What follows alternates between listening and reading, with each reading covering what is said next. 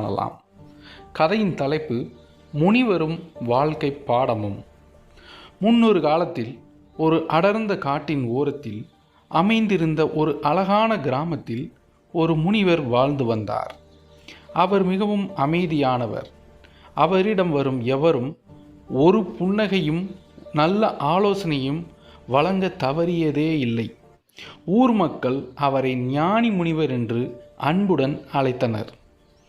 அதே கிராமத்தில் செல்வம் என்ற ஒரு வாலிபன் இருந்தான். அவன் மிகவும் சுறுசுறுப்பானவன். ஆனால் அவனிடம் ஒரு பெரிய குறை இருந்தது. அவனுக்கு எதிலும் பொறுமை கிடையாது. எதை செய்தாலும் உடனடியாக பலன் கிடைக்க வேண்டும் என்று நினைப்பான். அவனது மனக்குழப்பத்திற்கும் அலைபாயும் எண்ணங்களுக்கும் தீர்வு தேடி ஒரு நாள் அவன் முனிவரை சந்திக்கச் சென்றான். முனிவர் தனது ஆசிரமத்தின் முன் ஒரு மரத்தடியில் கண்களை மூடி அமர்ந்திருந்தார். செல்வம் அவரிடம் சென்று, ஐயா, நான் வாழ்க்கையில் முன்னேற துடிக்கிறேன். ஆனால் என் மனம் எப்போதும் பதற்றமாக இருக்கிறது. எதிலும் என்னால் கவனம் செலுத்த முடியவில்லை. வெற்றிக்கான ரகசியத்தை எனக்கு சொல்லுங்கள் என்று வேண்டினான். முனிவர் மெல்ல கண்களை திறந்து அவனை பார்த்தார். தம்பி, நீ கேட்பதற்கான பதில் உன்னிடமே இருக்கிறது. ஆனால் அதை புரிந்து கொள்ள உனக்கு ஒரு சிறிய தேர்வு வைக்கிறேன். அதை முடித்துவிட்டு வந்தால் நான் உனக்கு விளக்கம் சொல்கிறேன் என்றார். முனிவர் செல்வத்திடம் ஒரு சிறிய தேக்கரண்டியை கொடுத்தார். அதில் 2 சொட்டு எண்ணெயை ஊற்றினார். இந்த கரண்டியை உன் கையில் பிடித்துக்கொள். இந்த ஆசிரமத்தை சுற்றி உள்ள அழகான பூங்காக்கள், சிற்பங்கள், நீரோடைகள் அனைத்தையும் பார்த்துவிட்டு வா. ஆனால் ஒரு நிபந்தனை, இந்த கரண்டியில் இருக்கும் ஒரு சொட்டு எண்ணெய் கூட கீழே சிந்தக்கூடாது என்றார். செல்வம் சம்மதித்தான். அவன் தன் முழு கவனத்தையும் கரண்டியின் மேல் வைத்தான். ஒரு சொட்டு கூட சிந்திவிடக்கூடாது என்பதில் கண்ணும் கருத்துமாக இருந்தான். ஆசிரமத்தை சுற்றி ஒரு சுற்று வந்துவிட்டு முனிவரிடம் திரும்பினான். முனிவர் கேட்டார், செல்வம், ஏன் ஆசிரமத்தில் இருந்த அழகான ரோஜா மலர்களை பார்த்தாயா? அங்குள்ள சுவர்களில் செதுக்கப்பட்டிருந்த அற்புதமான சித்திரங்களை கவனித்தாயா? ஓடும் நீரோடையின் சத்தத்தை கேட்டாயா? செல்வம் தயக்கத்துடன் சொன்னான், இல்லை ஐயா, என் கவனம் முழுவதும் அந்த எண்ணெய் சிந்தாமல் கொண்டு வருவதிலேயே இருந்தது. அதனால் நான் எதையும் பார்க்கவில்லை. முனிவர் சிரித்து கொண்டே சொன்னார், சரி, இப்போது மீண்டும் ஒரு முறை செல். இந்த முறை கரண்டியையும் கவனித்துக்கொள். அதே சமயம் சுற்றியுள்ள அழகையும் ரசித்துவிட்டு வா. செல்வம் மீண்டும் சென்றான். இந்த முறை அவன் சுற்றியிருந்த இயற்கை அழகை பார்த்து ரசித்தான். பறவைகளின் ஒலியை கேட்டான். பூக்களின் வாசனையை நுகர்ந்தான். மிகவும் மகிழ்ச்சியுடன் திரும்பி வந்தான்.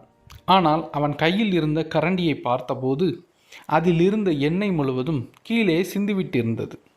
செல்வம் வருத்தத்துடன், ஐயா, உலகத்தை ரசித்ததில் நான் எண்ணெயை கவனிக்க மறந்துவிட்டேன் என்றான். இப்போது முனிவர் அவனுக்கு போதனை செய்தார். தம்பி, இதுதான் வாழ்க்கை. இந்த கரண்டியில் உள்ள எண்ணெய் என்பது உன்னுடைய கடமை மற்றும் உள் மன அமைதி. இந்த ஆசிரமத்தின் அழகு என்பது இந்த வெளி உலகம். ஒரு மனிதன் உலகத்தின் இன்பங்களை ரசிக்க வேண்டும், அனுபவிக்க வேண்டும். ஆனால் அதே சமயம் தன் கையில் உள்ள எண்ணெயை போன்ற தன் கடமைகளையும் ஒழுக்கத்தையும் எழுந்துவிடக்கூடாது. எவன் ஒருவன் தன் கடமைகளை சரியாக செய்து கொண்டே உலகத்தை ரசிக்கிறானோ அவனே உண்மையான ஞானி. செல்வம் அந்த பாடத்தை புரிந்து கொண்டான். அன்று முதல் அவன் எதையும் பதற்றமில்லாமல் தன் கடமையை தவறாமல் செய்ய தொடங்கினான். இந்த கதையின் நீதி, வாழ்க்கை என்பது ஒரு சமநிலை. நமது லட்சியங்களையும் கடமைகளையும் மறக்காமல் அதே சமயம் வாழ்வின் ஒவ்வொரு நொடியையும் மகிழ்ச்சியாக கடப்பதே உண்மையான வெற்றி. அது ஒரு அடர்ந்த காடு. அந்த காடு பகலிலேயே கும் என்ற இருட்டோடு இருக்கும். சிறு சிறு பறவைகளின் கீச்சுக்குரல் அந்த காட்டில் அமைதியை குலைக்கும். அங்கங்கு ஓடுகிற நீரோடைகள் அந்த காற்றின் அமைதியை குலைக்கும். விழுகின்ற நீர்வீழ்ச்சிகள் அந்த காற்றின் அமைதியை குலைக்கும். இந்த காற்றின் உள்ளே செல்வம் என்ற ஒரு சிறுவன் தனது புகைப்பட கருவியுடன் உள்ளே சென்று அங்குள்ள பறவைகளை ஃபோட்டோ எடுத்து கொண்டிருந்தான். ஒரு குறிப்பிட்ட நேரத்தில் ஒரு நீல நிற பறவை ஒன்றை கண்டான். அந்த நீல நிற பறவையை ஃபோட்டோ எடுப்பதற்காக அவன் சென்றபோது அந்த நீல நிற பறவை ஒவ்வொரு மரக்கிளையாக தாவி தாவி தாவி சென்றது.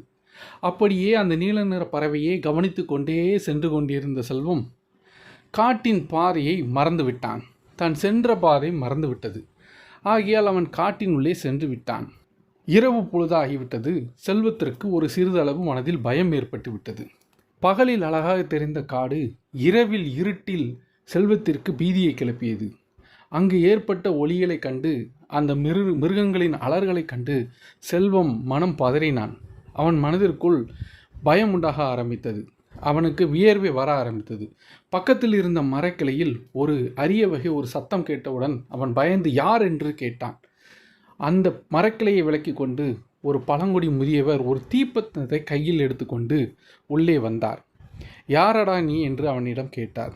அவன், நான் ஒரு புகைப்பட கலைஞன், புகைப்படம் எடுக்க வந்த காட்டோட பாதையை மறந்துட்டேன், எப்படி வெளியில் செல்வதென்று எனக்கு தெரியல அப்படின்னு சொல்லி அந்த முதியவர்கிட்ட சொல்கிறான். ஸோ அப்போ அந்த முதியவர், நீ வா, நான் உன்னை கூட்டி கொண்டு போய் வெளியில் விடுதேன், ஆனால் அந்த ரகசியத்தை நீ யாருக்கிட்டையும் இங்கே பார்க்குறத சொல்லக்கூடாதுன்னு சொல்லி கூட்டிகிட்டு போகிறார். அப்படி அவனை கூட்டிகிட்டு போகும்போது அந்த வழியில் பார்த்தீங்கன்னா ஒரு பழைய பாலடைஞ்ச ஒரு சிவன் கோயில், அதை சுற்றி ஒரு 4-5 ராட்சத யானைகள். அந்த யானைகள் அந்த சிவன் கோயிலை பாதுகாக்கு. அந்த இடத்தையே பார்த்த உடனே செல்வத்துக்கு ஒரு பக்திமயமாக ஒரு அமைதியாக பீஸ்ஃபுல்லான ஒரு நல்ல இடம், நல்ல அருமையான ஒரு இடம். ஆனால் அந்த யானைகள் அவனை எதுவுமே பண்ணலை.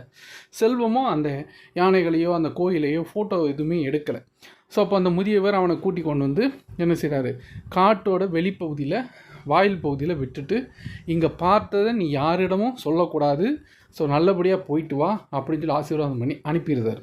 ஸோ செல்வமும் இந்த காட்டில் பார்த்ததை வெளியில் யார்ட்டையும் சொல்லக்கூடாதுங்கிற ஒரு முடிவு எடுத்துக்கிட்டான். வேறு எந்த புகைப்படமும் அவன் எடுக்கலை. அந்த காட்டை நிம்மதியாக அந்த பெருமிச்சு விட்டு அந்த காட்டை விட்டு அவன் வெளியில் வந்தான். ஸோ அடுத்த கதையை பார்ப்போமா. ஒரு முனிவர்கிட்ட ஒரு நிருபர் வந்து கேள்வி எழுப்பிட்டுருக்கார், அதாவது நேர்காணல் பார்த்துக்கிட்டு இருக்காரு. ஸோ அப்போ நேர்காணல் பார்த்துட்டு இருக்கும்போது அவர்கிட்ட ஒவ்வொரு கேள்வியாக கேட்கார். அப்போ அந்த நிருபர் அந்த முனிவர்கிட்ட கேட்காரு, இணைப்பு என்ன, தொடர்புனா என்ன, ரெண்டும் ஒரே அர்த்தம் தானே, நீங்கள் என்ன அது ரெண்டையும் வேறு வேறன்னு சொல்கிறீங்கன்னு சொல்லி அந்த நிருபர் அந்த முனிவர்கிட்ட அந்த கேள்வியை கேட்குறார். அதற்கு அந்த முனிவர் திரும்ப அந்த நிருபர்கிட்ட கேட்குறார், உங்களுக்கு குழந்தை கல்யாணம் ஆகிடுச்சா, உங்கள் ஃபேமிலியை பற்றி சொல்லுங்கன்னு சொல்லி கேட்குறாரு. அதற்கு அந்த நிருபர் சொல்கிறாரு, அம்மா எனக்கு கல்யாணம் ஆகிடுச்சு, அம்மா இல்லை அப்பா மட்டும் என்னோட இருக்காங்க, என்னோடய ஒய்ஃப் குழந்தைங்களாம் என் கூட இருக்காங்க அப்படின்னு சொல்லி கேட்குறாரு. சரி, கூட பிறந்தவங்க எத்தனை பேருன்னு திருப்பி அந்த முனிவர் கேட்குறார். அதுக்கு அந்த நிருபருக்கு கொஞ்சம் எரிச்சல் வருது. கூட பிறந்தது எனக்கு ஒரு அக்கா ஒரு தம்பி இருக்காங்கன்னு சொல்லி சொல்கிறார். திரும்ப அந்த நிருபர் என்ன செய்கிறாரு, சரி இவங்களோடலாம் நீங்கள் இதுக்கு முன்னாடி பேசி எவ்வளோ நாள் ஆச்சுன்னு சொல்லி கேட்குறாரு. நாங்கள் ஏதாவது ஒரு பண்டிகை காலத்தில் பேசுவோம், பார்ப்போம், எல்லோரும் ஒன்றா இருப்போம் அப்படின்னு சொல்லி சொல்கிறார். சரி, ஒன்றா இருப்போம்னா என்ன அர்த்தம், எத்தனை நாள் இருப்பீங்க, எதை பற்றி பேசுவீங்க அப்படின்னு சொல்லி அந்த முனிவர் நிருபர்கிட்ட கேட்குறார். இப்போ அந்த நிருபர் நான் என்ன நினச்சிக்கிட்டாரு, உங்களை நான் இன்டர்வியூ பண்ணுறேன்னா இல்லை நீங்கள் என்ன இன்டர்வியூ பண்ணுறீங்கன்னா அவருக்கு கோவம் வந்து எரிச்சல் ஆகிடுச்சு. அந்த எரிச்சலோடையே அவர்கிட்ட பதில் சொல்கிறாரு, வருஷத்துக்கு ஒரு தடவை 2 தடவை நாங்கள் சந்திப்போம் அப்படின்னு சொல்லி சொல்கிறாரு. சரி, அப்போது உங்கள் தந்தையார்கிட்ட நீங்கள் பேசி எவ்வளவு நாள் இருக்கும்னு சொல்லி அந்த முனிவர் அந்த நிருபர்கிட்ட கேட்குறாரு. அப்போ அவர் சொல்கிறாரு, நான் வாரத்துக்கு ஒரு நாள் என் தந்தைகிட்ட ஃப்ரீயாக இருக்கும்போது உட்காந்து பேசுவேன் அப்படிங்கிற மாதிரி சொல்கிறார். ஸோ இதை கேட்ட உடனே அந்த முனிவர் வந்து நிருபர்கிட்ட சொல்கிறாரு, அப்போ நீங்கள் உங்கள் தந்தையோடு தொடர்பில் தான் இருக்கீங்க, ஆனால் இணைப்பில் இல்லை அப்படின்னு சொல்கிறார். உடனே அந்த நிருபருக்கு கண்ணில் கண்ணீர் வந்துட்டு அவரோட கஷ்டத்தை பார்த்துட்டு அந்த முனிவர் வந்து அந்த நிருபர்கிட்ட சொல்கிறார், இணைப்பும் தொடர்புக்கும் வித்தியாசம் இருக்குது. நீங்கள் ஒருத்தர்கிட்ட பேசுகிறீங்க அப்படின்னா அது வெறும் தொடர்பு தான், ஆனால் இணைப்புங்கிறது உங்களுடைய மனசும் பேசிக்கிறதுல தான் இருக்குது. ஸோ உங்கள் தந்தையார்கிட்ட நீங்கள் இவ்வளோ நாள் தொடர்பில் தான் இருந்தீங்களே தவிர இணைப்பில் இல்லை. ஸோ மனசும் பேசினா தான் அது இணைப்பு. ஸோ உங்கள் தந்தையார், உங்கள் சொந்தக்காரங்க, உங்கள் அண்ணன் தம்பி எல்லார்ட்டையுமே நீங்கள் இது வரைக்கும் தொடர்பில் தான் இருந்திருக்கீங்க, இணைப்பில் இல்லை அப்படின்னு சொல்லி அந்த முனிவர் அவர்கிட்ட சொல்கிறார்.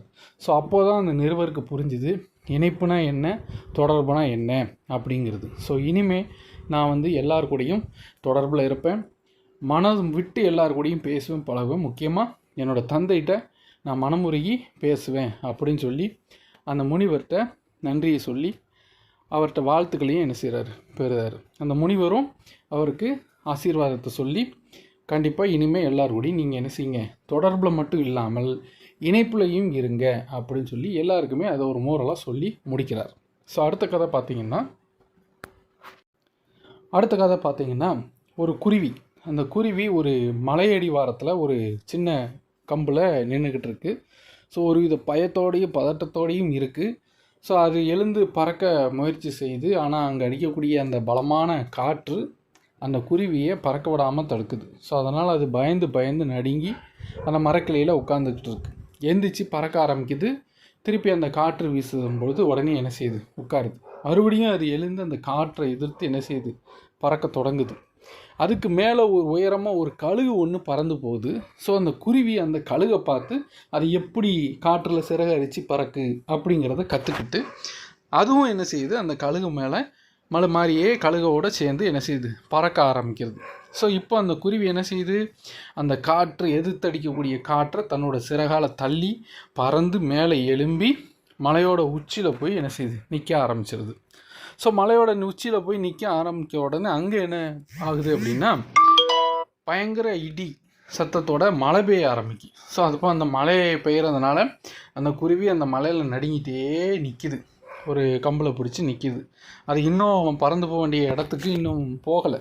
மழை பெஞ்சதுனால அந்த மலையில் நின்றுக்கிட்டே இருக்குது. என்ன செய்ய அப்படின்னு சொல்லி யோசனை பண்ணிக்கிட்டே இருக்குது. அதே மாதிரி பக்கத்தில் இன்னொரு பறவையை பார்க்குது. அந்த பறவை அந்த மலையில் எப்படி பறக்கு அப்படிங்கிறத பார்த்து தன்னோட சிறகை அந்த பறவை எப்படி வீசுதோ அதே மாதிரி வீசி இதுக்கு ஒரு நம்பிக்கை வருது. ஸோ நம்பிக்கை வந்த உடனே அந்த மலையையும் புயலையும் கடந்து அந்த குருவி என்ன செய்யுது, பறந்து தன்னோட இருப்பிடத்தை அடையுது. ஸோ இதே மாதிரி தான் நம்மளும் வாழ்க்கையில் நமக்கு ரோல் மாடலாக எத்தனையோ பேர் இருப்பாங்க. ஸோ அவங்கள பார்த்து அவங்க என்ன பண்ணுறாங்க அப்படிங்கிறத கற்றுக்கிட்டு நாமளும் அதை நம்ம வாழ்க்கைக்கு பயன்படுத்திக்கிட்டோம் அப்படின்னா நாமளும் என்ன செய்யலாம், வாழ்க்கையில் பெரிய லட்சியத்தை அடையலாம். அந்த குருவி தன்னோட இலக்கை எப்படி அடைஞ்சதோ அதே போல் நாமளும் நம்மளுடைய லட்சியத்தை அடையலாம். ஸோ இந்த கதைகள் எல்லாமே உங்களுக்கு பிடிச்சிருந்ததுன்னா நம்ம சேனலுக்கு ஒரு சப்ஸ்கிரைப் கொடுங்க, பெல் ஐக்கானையும் ப்ரெஸ் பண்ணுங்கள், லைக் பண்ணுங்கள், உங்கள் ஃப்ரெண்ட்ஸ் அண்ட் ரிலேட்டிவ்ஸ்க்கு இந்த வீடியோவை ஷேர் பண்ணுங்கள். மறுபடியும்